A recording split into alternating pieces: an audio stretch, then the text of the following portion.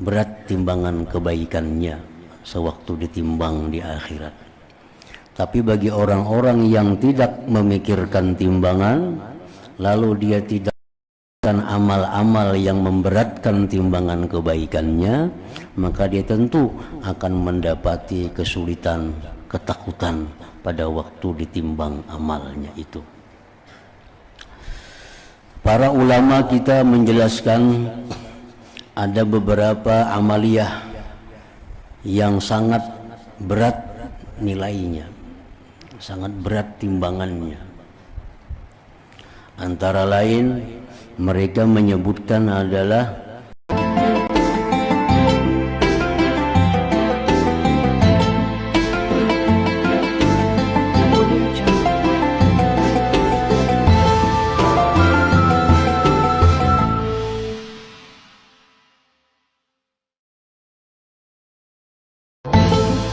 wal mursalin sayyidina Maulana Muhammadin wa ala alihi wa sahbihi ajma'in.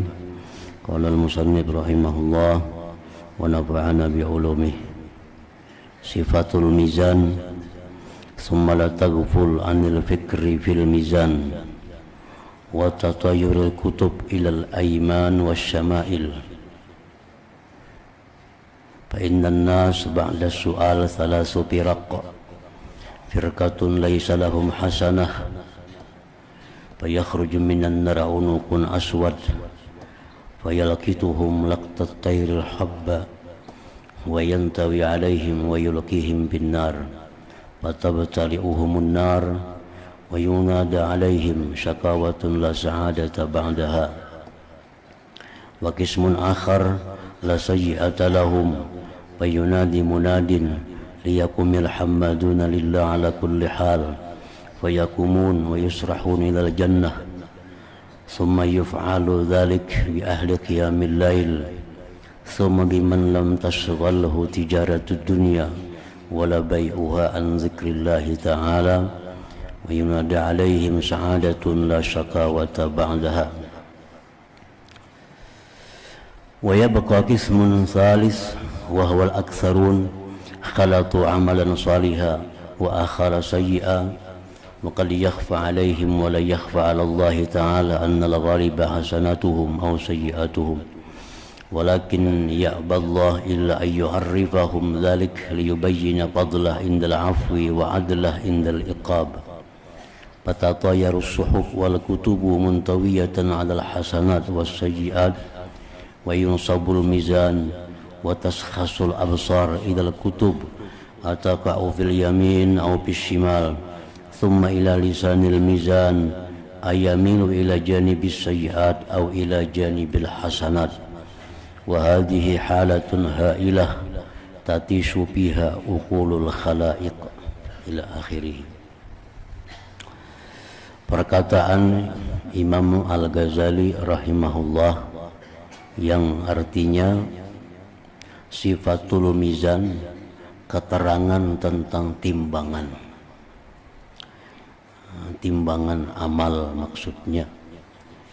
Salah satu rukun iman yang kita wajib percaya bahwa di akhirat kelak ada timbangan amal. Timbangan amal itu sama seperti timbangan biasa. Artinya ada dua daun timbangan kiri kanan, dan ada jarum atau lisan petunjuk kemana beratnya timbangan itu. Nah, kemudian janganlah kamu lalai dari memikirkan tentang timbangan dan beterbangannya catatan-catatan amal kepada tangan kanan dan tangan kiri. Penimbangan amal ini dilakukan sesudah seseorang hamba itu dihisab oleh Allah. Nah, sudah dihisab. Hisab itu seperti orang sidang. Ada dakwaan, ada macam-macam, ada tanya jawab, ada saksi dan sebagainya. Nah, setelah selesai hisab, lalu ada keputusan. Apakah orang ini banyak baiknya atau banyak buruknya? Nah, itulah yang dinamakan timbangan itu. Timbangan itulah keputusan akhir seseorang. Apakah dia min ahlil jannah atau min ahlin nar. Apabila dia termasuk ahlil jannah, maka dia akan selamat meniti di titian siratal mustaqim. Bila catatannya itu adalah banyak kejahatannya, maka dia dalam keadaan berbahaya di titian siratal mustaqim itu. Jadi salah satu yang perlu kita pikirkan, tafakkur, yaitu adalah tentang timbangan amal ini.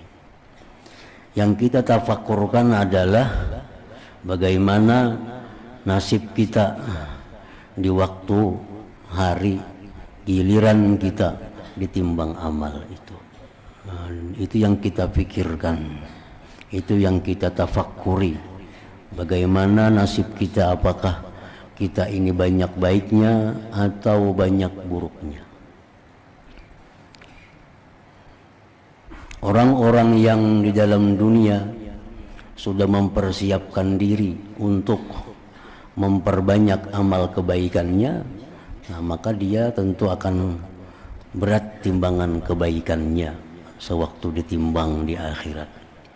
Tapi bagi orang-orang yang tidak memikirkan timbangan, lalu dia tidak melakukan amal-amal yang memberatkan timbangan kebaikannya, maka dia tentu akan mendapati kesulitan, ketakutan pada waktu ditimbang amalnya itu.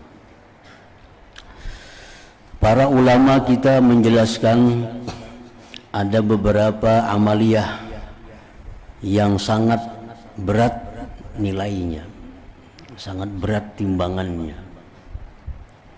Antara lain mereka menyebutkan adalah amal ibadah yang sangat berat timbangannya itu ada faraid, menunaikan kewajiban. Nah, kita melaksanakan kewajiban itu berat timbangannya, besar nilainya artinya. Jadi walaupun kecil tapi itu merupakan kewajiban, maka itu akan berat nilainya. Walaupun banyak tapi itu hanya berupa amal-amal sunat, nah itu ringan timbangannya. Jadi melakukan perbuatan yang diwajibkan itu lebih utama kita lakukan daripada perbuatan sunnah dan lainnya. Karena yang wajib ini yang sangat bermanfaat, yang sangat berguna dalam memperberat timbangan amal kebaikan kita di akhirat.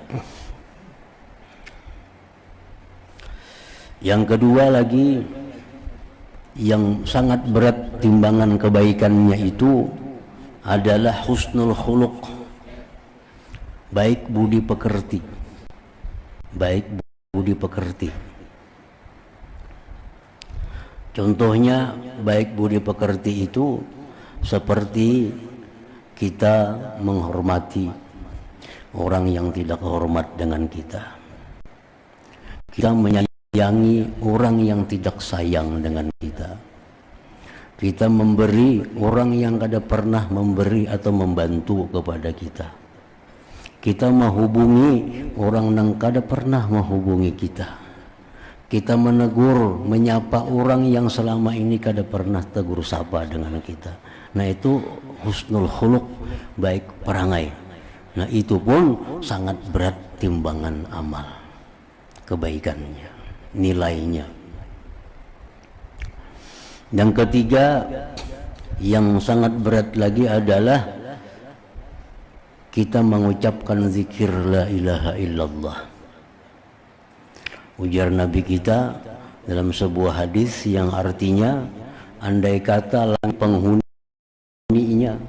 diletakkan di sebelah timbangan, di sebelah timbangan sininya diletakkan pahala la ilaha illallah, niscaya lebih berat pahala la ilaha illallah itu. Nah kalau kita tafakkur tentang timbangan amal, maka kita akan berusaha untuk memperbanyak amal-amal kebaikan, terutama yang nilainya sangat berat, nilainya sangat bermanfaat. Namun kita kada tafakur, kita kada akan sampai kepada yang demikian. Mungkin kita kada kira bakal ditimbang kena amal kita. Kita kada akan melakukan hal-hal yang memberatkan kebaikan kita. Tapi kalau kita tafakur bahwa amal ibadah akan ditimbang, dihitung, ditimbang, tentu kita akan ada usaha untuk menjadikan amal kebaikan itu seberat-beratnya apabila ditimbang dengan amal-amal kejahatan.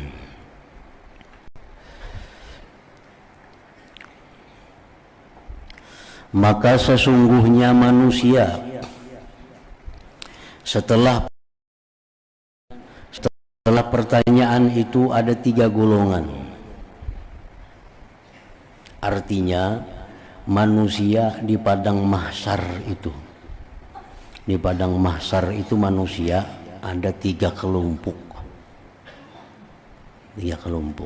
Wabil khusus umat Nabi kita ini.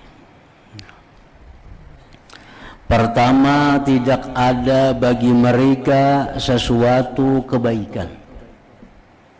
Orang ini kada ada punya kebaikannya.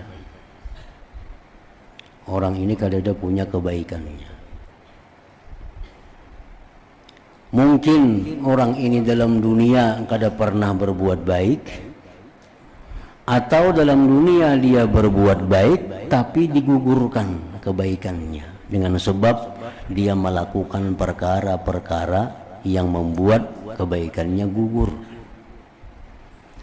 Karena amal kejahatan yang paling berat yang bisa menggugurkan amal kebaikan apapun, itu amal kejahatan yang namanya adalah riddah. Riddah itu artinya murtad. Orang ini sembahyang malam, puasa, haji, bersedekah, berwakaf, macam-macam dah amal kebaikan. Kalau muat paribasa timbangan non amal kebaikannya. Nah, bila timbangan sebelah kiri ini dibuat sebuting aja amal kejahatan yang namanya riddah tadi, hangus semua itu. Hangus. Dapatnya si riddah itu. Walaupun berjuta-juta amal kebaikan yang dilakukannya, amal jahatnya hanya 1, tapi riddah, maka amal baik semuaan menjadi hangus. Nah, jadi sekelompok manusia di akhirat itu ada yang tidak ada lagi kebaikan. Boleh jadi juga amal kebaikannya itu habis, padahal dia ahli amal, ahli ibadah, karena kebanyakan hutang lawan orang. Kebanyakan hutang. Padahal pemuasa, penyembahyang, penuntut ilmu, pengaji, segala macam. Cuma di samping itu gawiannya suka berbuat hal-hal yang menyakiti orang. Ada hutang kada bayar di sana, padahal kawa bayar. Ada di situ memfitnah orang, ada menggibah orang, ada mengadu domba orang. Akhirnya mereka ini masing-masing mengambil amal kebaikan kita. Akhirnya habis. Nah, ini amarannya kada ada kebaikan lagi.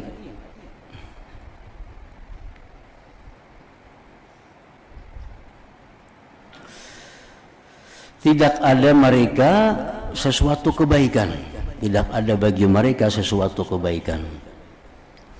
Maka keluar dari neraka leher yang hitam. Maksudnya keluar dari neraka itu ular seperti leher unta yang hitam.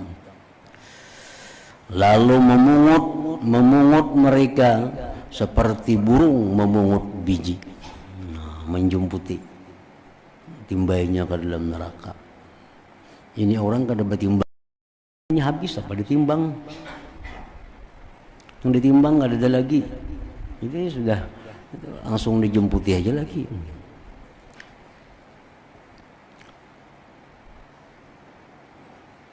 Melipat atas mereka dan melemparkan mereka ke neraka, lalu mereka ditelan neraka dan diserukan kepada mereka kesengsaraan, tidak ada kebahagiaan sesudahnya.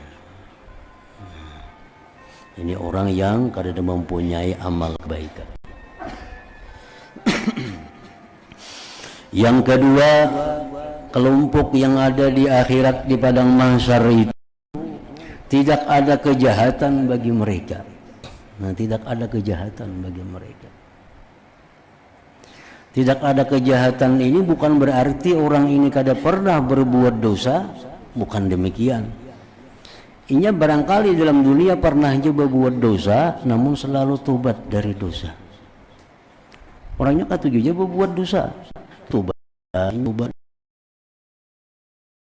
Yaib minazam kaman lazam balah. Orang yang tobat dari dosa sama dengan orang yang tidak ada dosa.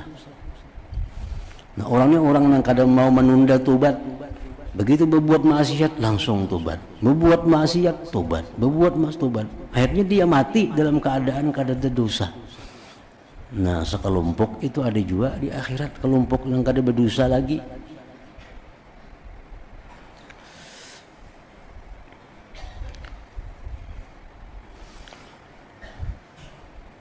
Atau orang ini banyak berbuat dosa tetapi banyak amal kebaikan-kebaikannya, amal kebaikan itu bisa menghapuskan dosanya, jadi kada berdosa juga.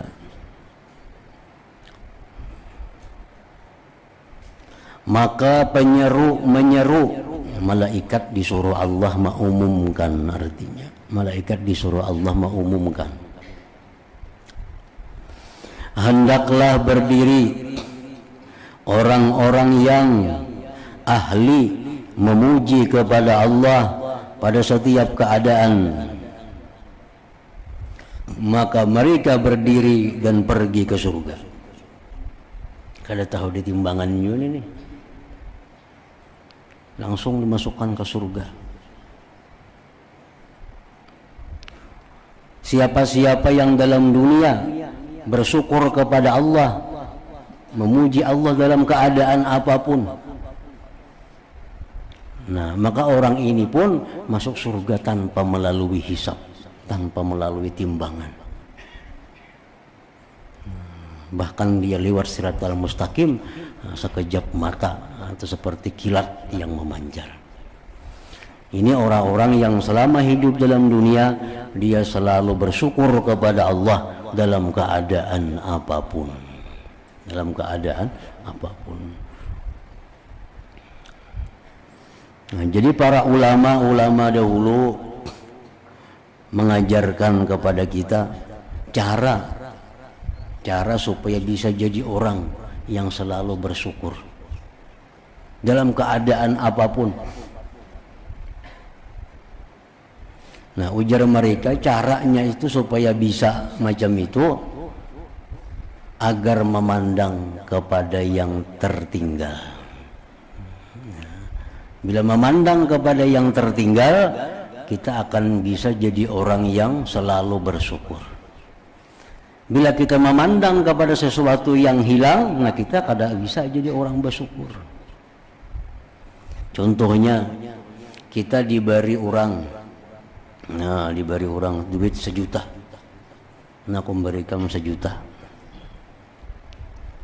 Mbah diberi 1 juta.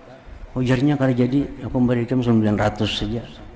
Nang dipandang nang tinggal nang 900 itu nang dipandang, jangan nang 100 nang ditariknya itu. Bila kita memandang nang demikian tuh, mau kita jadi orang yang selalu bersyukur. Nah, memberi 1 juta. Belum lagi berpisah. Kalau jadi aku memberi 9 aja, aku perlu 100 umpamanya. Itu kita bersyukur 100 saja diambilnya, yang tinggal 9 lagi. Nah, yang kita pandang yang 9 ini jangan dipandang yang 100 itu. Nah, itu bisa kita jadi orang yang selalu bersyukur. Kayak ada orang kehilangan benda di rumahnya, datang kepada Imam Sahal Astari, dalam keadaan, wahai Imam Sahal, ulun malam tadi dinaiki maling, hilang banyak harta ulun. Ujar Sahal, kita mestinya bersyukur kepada Allah. Napa bersyukur ulun kehilangan? Untung kada iman ikam nah hilang. Untung kada iman nang hilang, jaga iman hilang. Nah artinya apa? Memandang nang tertinggal. Memandang nang tertinggal. Jadi kita pandang tertinggal itu kita kawa mensyukuri. Nah, coba kita praktekkannya dalam sehari-hari ini. Kita pandang nang tertinggal, ada kelapangan dalam hati kita. Ada kelapangan. Jadi kita kalimpan. Nah, sakit mata. Kalimpanan sakit mata kan. Nah, supaya kau bersyukur, untung sabalah jaga. Itu ada tuh kelapangan dalam hati. Amun kita pikir akan nang kalimpanan ini aja, kada kau bersyukur kita. Amun kita pandang, untung sabiji aja kalian jaga keduanya kayak apakah? Jaka tambah pulang batis patah macam apa pulang. Nah, entah tinggal sering banyakan lagi yang baiknya.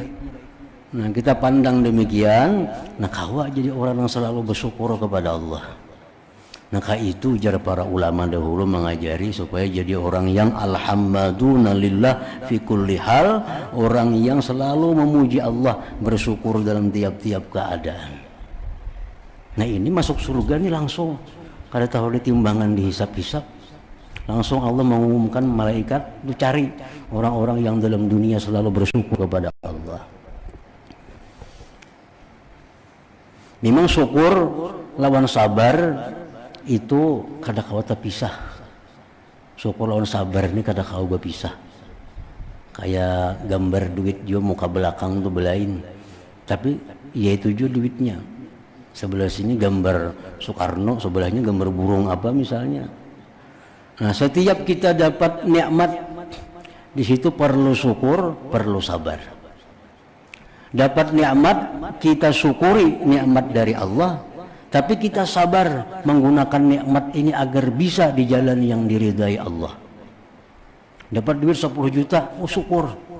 Tapi menggunakan 10 juta ini supaya bujur-bujur baik itu perlu kesabaran. Kada terburu-buru nafsu. Ini duit banyak, oh ini nukar itu nang kada bermanfaat, nang mulah jadi dosa. Nah, menggunakan duit ini perlu kesabaran. Perlu kesabaran. Bila ingin syukur aja kada ada sabarnya, ya berbahaya tadi kina. Syukur menerima duit, kayaknya kada tahan. Nah, orang yang dapat musibah pun itu kada kau berpisah juga syukur lawan sabar tadi. Nah, bila tak pandang musibahnya itu lalu sabar. Tak pandang nang tak tinggal lalu syukur.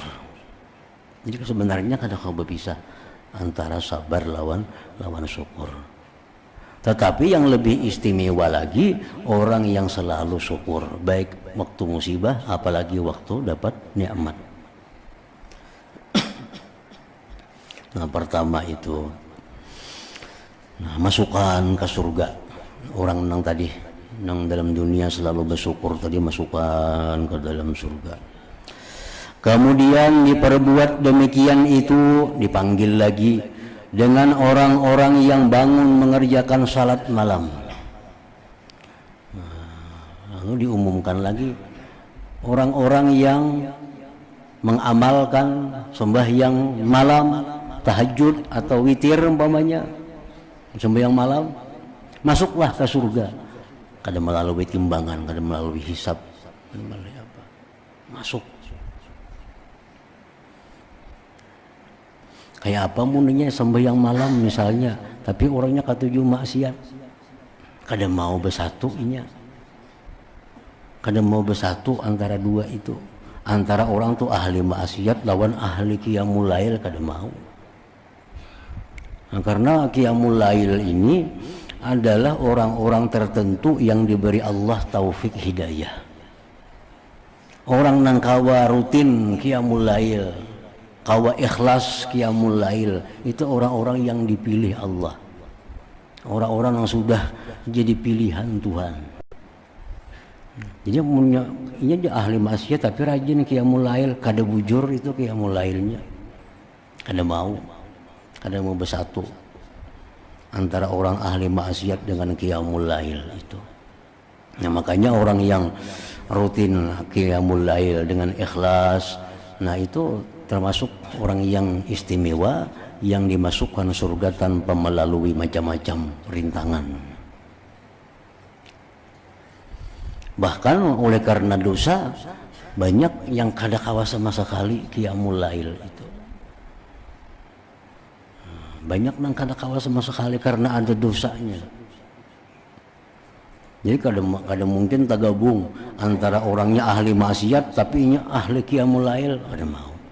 Kalau orang ahli maksiat pemuasa mau aja.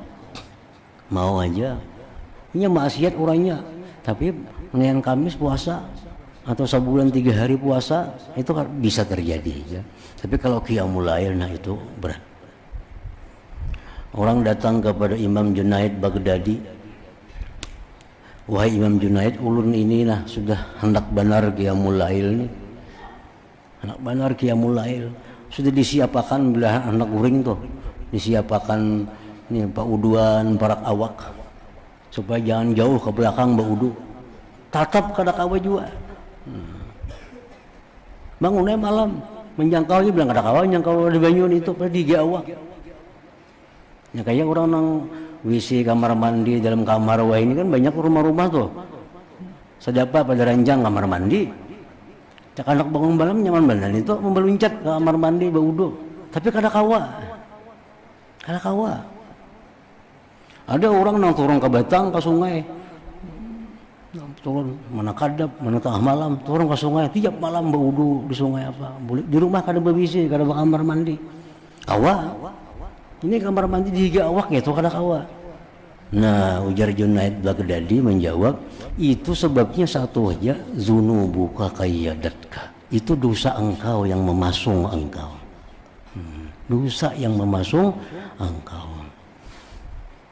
Jadi coba akan aja siang kita bertobat kepada Allah, siang banyak istighfar, siang kada keluar rumah, jaga mata, jaga telinga, jaga mulut, siang tuh banyak berzikir.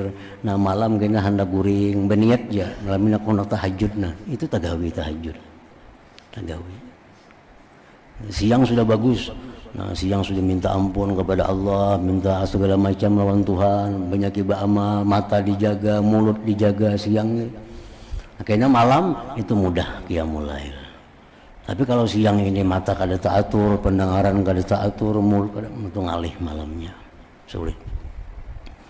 Nah, orang yang qiyamul lail ini dapat keistimewaan dari Allah, masuk surga tanpa ada urusan macam-macam.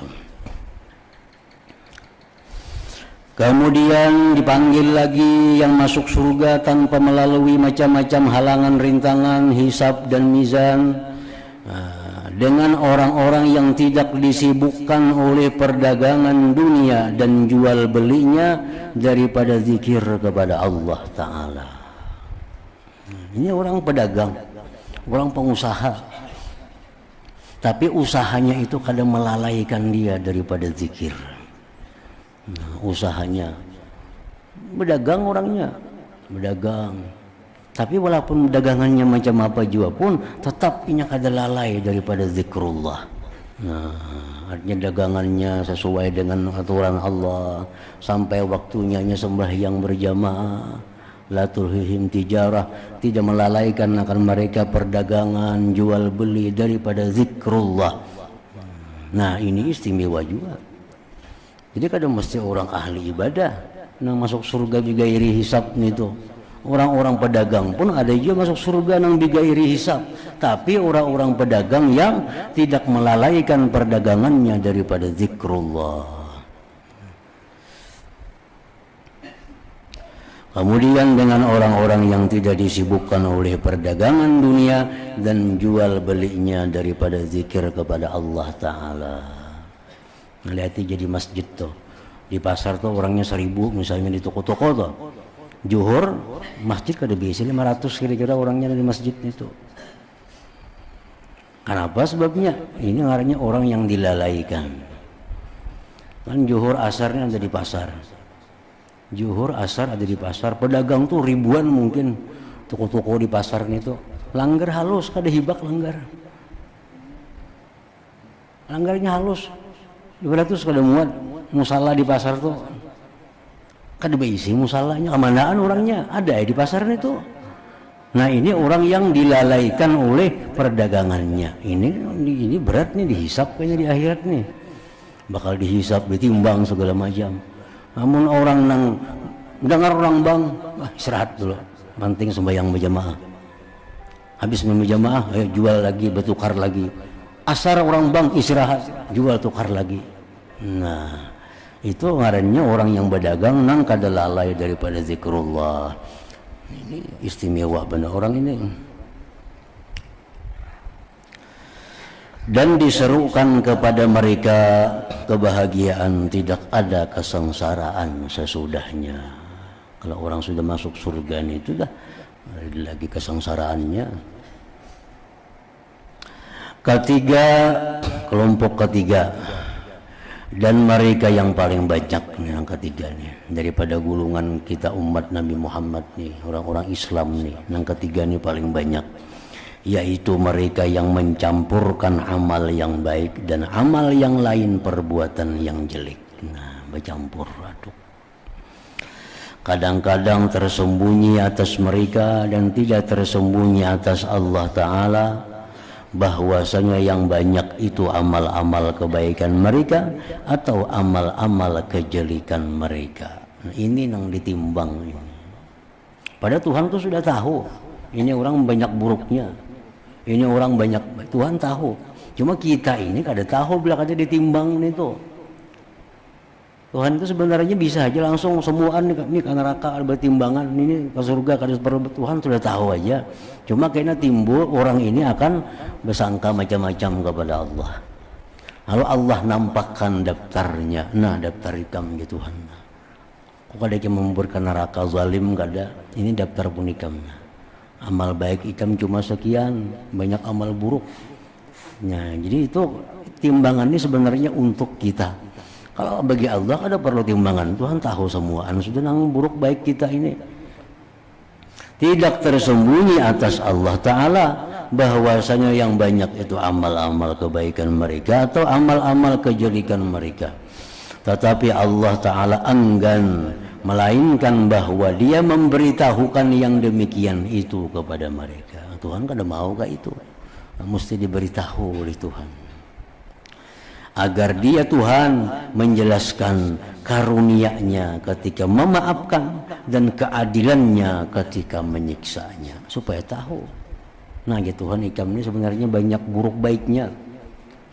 Ikam ini banyak buruknya, baiknya cuma sedikit. Cuma karena ikam ini ada syafaat daripada Rasulullah, misalnya syafaat dari siapa, lalu ikamnya dengan kemurahanku sudah masuk ke dalam surga. Nah, Tuhan memberitahu kepada kita. Ya Tuhan, nah ini amal ikam, nah ini banyak buruknya. Nang bersyafaat ke Tuhan kadada ikam nih. Orang-orang wali-wali kadadanya bersyafaat lawan ikam. Maka banyak benar buruknya pada baiknya. Nah, dengan keadilanku dia Tuhan ikam ke neraka masuk. Nah, supaya tahu kita, oh bahwa kita ini banyak buruknya jadi ke neraka. Nah, supaya tahu kita anugerah Allah, tahu dengan keadilan Allah. Maka beterbangan lembaran-lembaran dan catatan-catatan amal dengan berlipat atas amal-amal mereka, amal-amal kebaikan dan amal-amal kejelekan. Timbangan ditegakkan dan mata-mata tegak kepada catatan-catatan amal, apakah ia jatuh di tangan kanan atau di tangan kiri. Kayaknya yang ditimbang itu diunjuk buku lawan kita ke tangan mana kita. Orang mau unjuk sebelah kiri sebelah kanan. Bila datangnya ke sebelah kiri, nah berarti ini nang kejahatan nang manang. Dan kepada daun timbangan apakah condong ke arah amal-amal kejelekan atau kepada amal-amal kebaikan. Inilah keadaan yang dahsyat. Ini penentuan nih, nasib di sini. Ini nasib di sini. Kalau di sini menang, bakal selamat di Siratal Mustaqim. Kalau di sini kalah, nah bisa celaka di Siratal Mustaqim, bisa gugur. Nah, itulah dahsyatnya saat itu, di mana akal pikiran para makhluk hilang padanya. Al-Hasan meriwayatkan bahwasanya kepala Rasulullah sallallahu alaihi wasallam berada di pangkuan Aisyah radhiyallahu anha. Lalu beliau Rasulullah mengantuk, taguring di pangkuan Aisyah. Maka Aisyah radhiyallahu anha mengingat akhirat. Ini Nabi rahatan di pangkuan taguringan. Waktu itu Aisyah mengingat akhirat. Lalu ia menangis, Aisyah ini menangis sehingga mengalir air matanya. Lalu air mata itu menitis atas pipi Rasulullah SAW. Aisyah ini mengingat akhirat, menangis, titikan banyu mata ke pipi Rasulullah Sallallahu Alaihi Wasallam. Maka beliau terbangun, terkejut, Nabi basah pipi. Lalu beliau bersabda, "Ma yubkiki ya Aisyah?" Artinya, apakah yang membuat kamu menangis wahai Aisyah? Aisyah menjawab, "Aku mengingat akhirat. Aku teringat akhirat." Apakah engkau wahai Rasulullah mengingat keluargamu pada hari kiamat? Pian ni ingatlah lawan kami kini hari kiamat itu. Ingatlah lawan bini-bini pian ni, ingatlah di akhirat kina. Nah, beliau menjawab, "Walladzi nafsi biyadihi fi thalathati mawatina fa inna ahadan la yadhkuru illa nafsah. إذا وضعت الموازين ووزنت الأعمال حتى ينظر ابن آدم أيخف ميزان أم يثقل وإن السحب حتى ينظر بيمينه يأخذ كتابه أو بشماله وإن الصراط." Biar Nabi, demi Tuhan yang diriku di tangannya, kekuasaannya, pada 3 tempat di akhirat, maka bahwasanya seseorang tidak ingat kecuali kepada dirinya. Di 3 tempat itu seseorang kada ingat lawan siapa jua pun, kecuali sudah biris. Sudah biris. Waktu dalam proses itu kada ingat lawan siapa-siapa aja Nabi, siapapun kada ingat lawan siapa-siapa kecuali dengan dirinya sendiri. Ketika timbangan-timbangan ditetapkan dan amal perbuatan ditimbang, sehingga anak Adam memandang apakah ringan timbangannya atau berat, dan di sisi lembaran-lembaran amal, sehingga ia memandang apakah dengan tangan kanan ia mengambil catatan amalnya atau dengan tangan kirinya, dan di sisi titian. 3 perkara itu. Pertama, waktu orang menimbang. Nah, kita di hadapannya petugas timbangan itu malaikat Jibril, kepalanya. Tugas menimbang amal Jibril. Nah, di waktu orang mengiau ngaran kita, memanggil nama kita untuk menghadap timbangan, lalu ditimbang. Nah, saat kita menunggu itu, siapapun ya Nabi kada ingat kecuali hanya dengan dirinya sendiri. Nah, yang kedua, menunggu orang menyerahkan catatan amal, apakah sebelah kiri, sebelah kanan. Nah, itu pun kada ingat juga kecuali dirinya sendiri. Nah, kalau sudah jelas, timbangan kebaikan yang menang, kebaikan yang menang. Buku dapat dari sebelah kanan. Nah, itu hanya kita ingat, nah mana biniku nih, mana anakku, di mana aninya, sudah kah bertimbang, belum kah? Nah, hanya ingat yang lain-lainnya. Di waktu itu kada tahu siapa-siapa. Yang ketiga, waktu kita menyeberang di titian Siratal Mustaqim itu. Nah, waktu menyeberang, bila kada menyeberang, maka sampai dah ke surga, hanya kita keingatan, mana anakku, mana biniku, mana kuitanku, mana kawanku, sudah menyeberang. Maka rahat menyeberang tuh kada ingat siapa-siapa kecuali memikirkan diri sendiri. Sampai juga kakak seberang ini kada kah? Nah, itu aja waktu di titian sudah sampai, nah hanya bercari mana kawan-kawan, mana keluarga, mana anak bini, mana kuitan. Nah, hanya itu. Nah, jadi jar Nabi kepada Aisyah, di 3 tempat itu kada ingat siapa-siapa kecuali dirinya sendiri.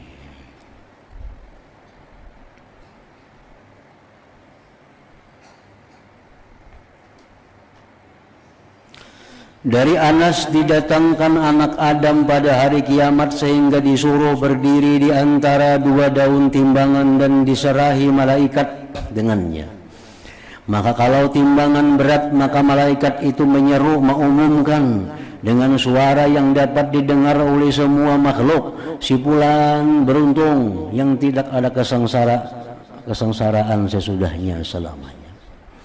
Dan kalau timbangannya ringan, maka malaikat itu menyeru dengan suara yang dapat didengar oleh semua makhluk, si fulan celaka yang tidak ada bahagia sesudahnya. Ini umum makan juga kayak orang tes gitu, lulus nih kada. Ditimbang, oh selamat, kebaikannya mana? Oh malaikat mau makan, wahai penghuni padang mahsyar, si fulan bin fulan orang anu kampung anu, dia sudah ditimbang dan berhasil lulus dan dia beruntung selama-lamanya. Bilanya kurang diumumkan juga fulan bin fulan dia kurang sehingga dia celaka. Diumumkan juga. Maka malaikat itu menyeru dengan suara yang dapat didengar semua makhluk, si fulan celaka yang tidak ada bahagia sesudahnya.